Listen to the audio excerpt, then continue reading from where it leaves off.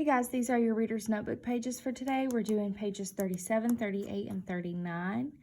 This one starts off with your spelling words that end in Y. In order to make words that end in Y plural, which means more than one, sometimes we have to change the I to a Y before we can add ES, okay? So for example, we have pony. When we change it, we change the Y to an I, P-O-N-I, and then we add ES. So then it becomes ponies like this. Okay. Puppy. You're going to change the Y to an I, P-U-P-P-I, and then we add ES. And the same thing with baby. B-A-B-Y, whoops, B-A-B-I, and then we add ES, and it becomes babies. Okay, there are a few words that we don't have to change the Y to an I before adding ES, like joys, like if I would say the joys of teaching, toys, boys. Okay, notice these OY words, we're pretty much safe with those, just to add the S. Okay, it's just a little trick. When you come down here to the bottom, it says write 2 sentences with the words that you wrote. So you could say, I love puppies. Period. Number 5, you might be able to say, I held 2 babies today. Period. You can use my sentences or you can come up with your own. Go ahead and pause if you needed to finish this. Then you're going to move on to the next page, which is page 38. Okay, these are text-dependent questions, which means you have to get your book out. So go ahead and get your book out now. You can pause if you haven't got your book out already. You're going to make an invitation. Gabriela Mistral is a famous writer who won an award for her writing. Gather some details about her life. Read pages 92 through 95. Does Gabriela Mistral have a good imagination? How can you tell? Well, let's see. On 92, doesn't really say anything about her imagination. So let's move on here. When I was a little girl, I lived with my mother and Emelina, my sister, in a small house in a beautiful Alki village in Chile. From my bedroom window, I could see the Andes Mountains. When I couldn't sleep, I would look up at the mountains and wonder what could be beyond them. Zebras with polka dots, rainbow-colored flowers, angels reading books. Okay. When she's wondering and she's imagining these things, that's how we know that she has a good imagination. So when we come down here, we're going to say, she imagines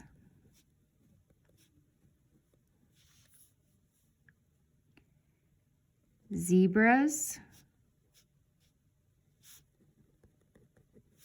with polka dots.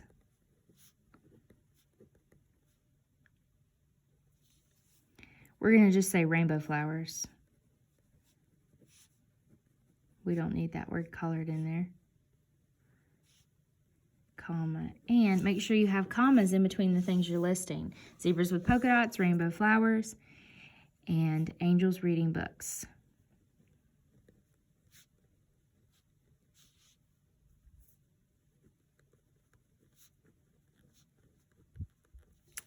Beyond the mountains.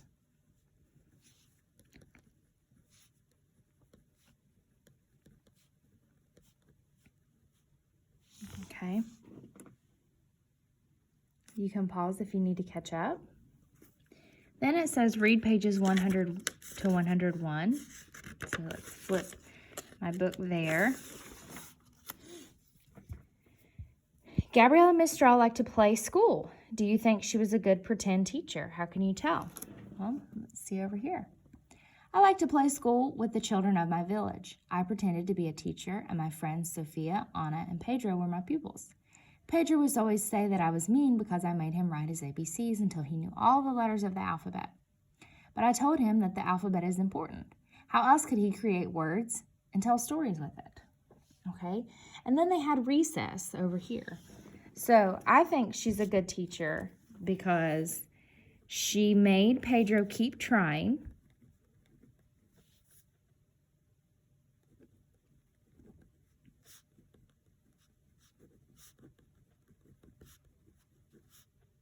I'm going to put a comma there because it's in the middle of our thoughts, because now we have a new thought about recess.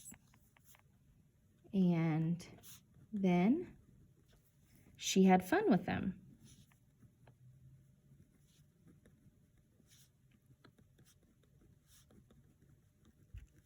Period.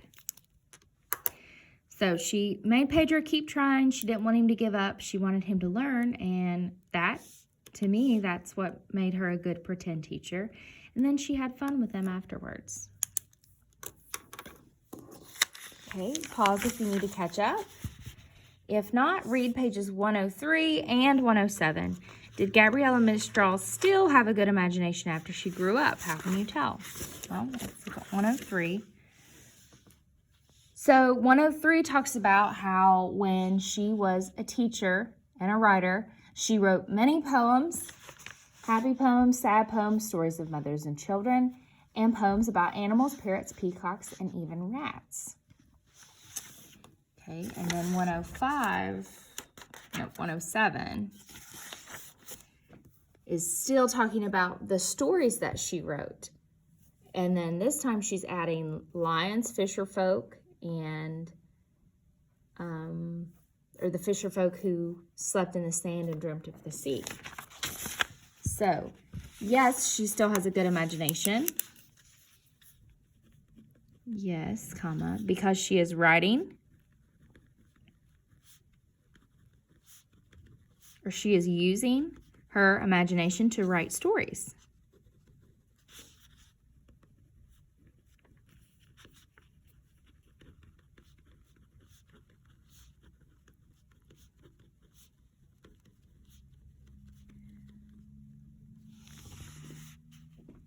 Okay, pause to finish that.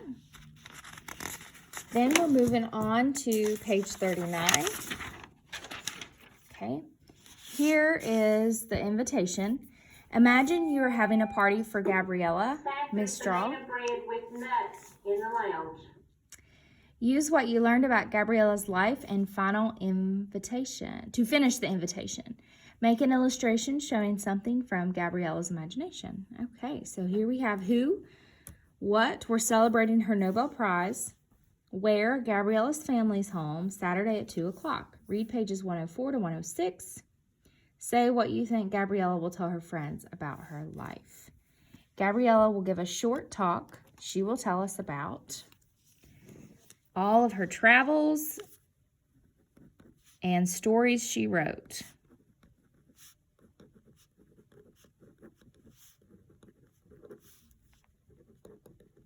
This is what I'm putting.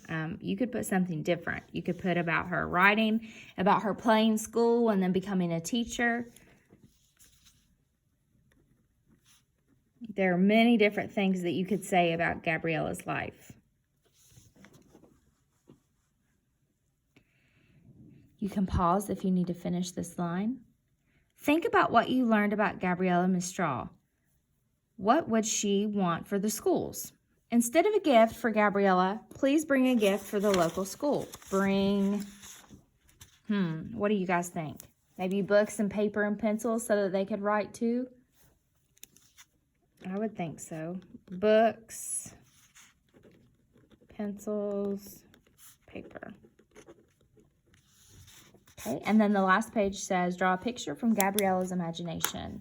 So you can go back in the story and maybe look and see some of the things that are floating around her, and see if you can come up with just a little picture here.